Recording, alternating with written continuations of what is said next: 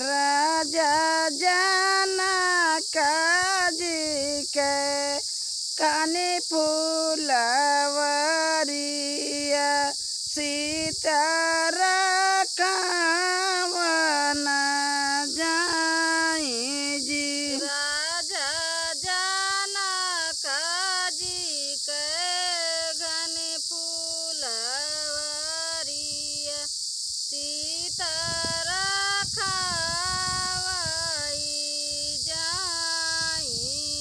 राम लखन दुइनऊ भमरा उड़ाव चुनी चुनी चलवैतऊ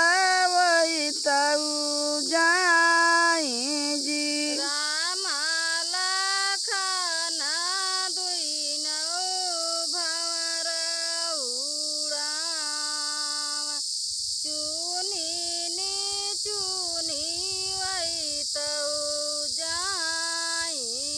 के कराया तुही उलरू से दुलरू कामुनी बहनिया सग भय जी। के कराया तुही उलरू से दुलरू के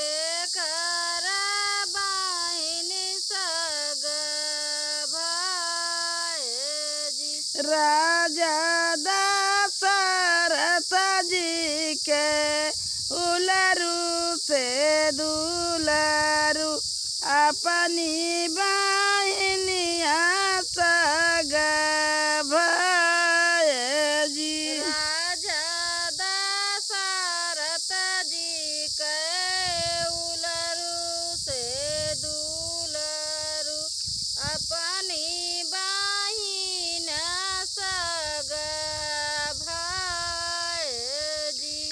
कहमाए तू ही जा बियाहल बाट कहमाई पे बाटी ससुर जी।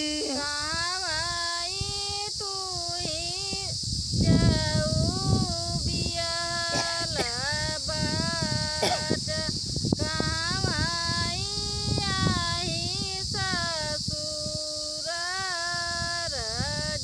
राजा जनकपुर में बियाहल बाटी वहीं पे यहीं ससुर जी। राजा जनक जी पे बियाहल बाटी वहीं पे बाटे तनी बचन सुने सीतारानिया हंसी हंसी भुइया लोटी जाई जी। तनी बचनी सुनी सीतारानिया हंसी हंसी भुइया हम तो हो बियाह क्या बाटी कैसे नियाही ससुर जी। हम ले बियाह का बाटी कैसे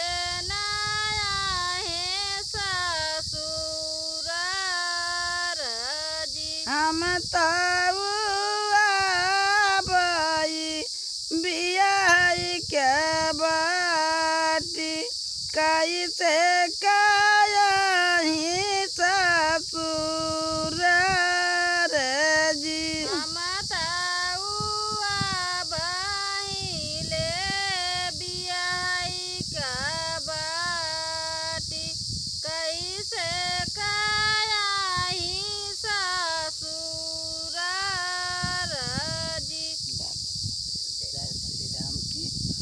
वीडियो जौन गलती भवे माफ़ करत जाए फुल आज कही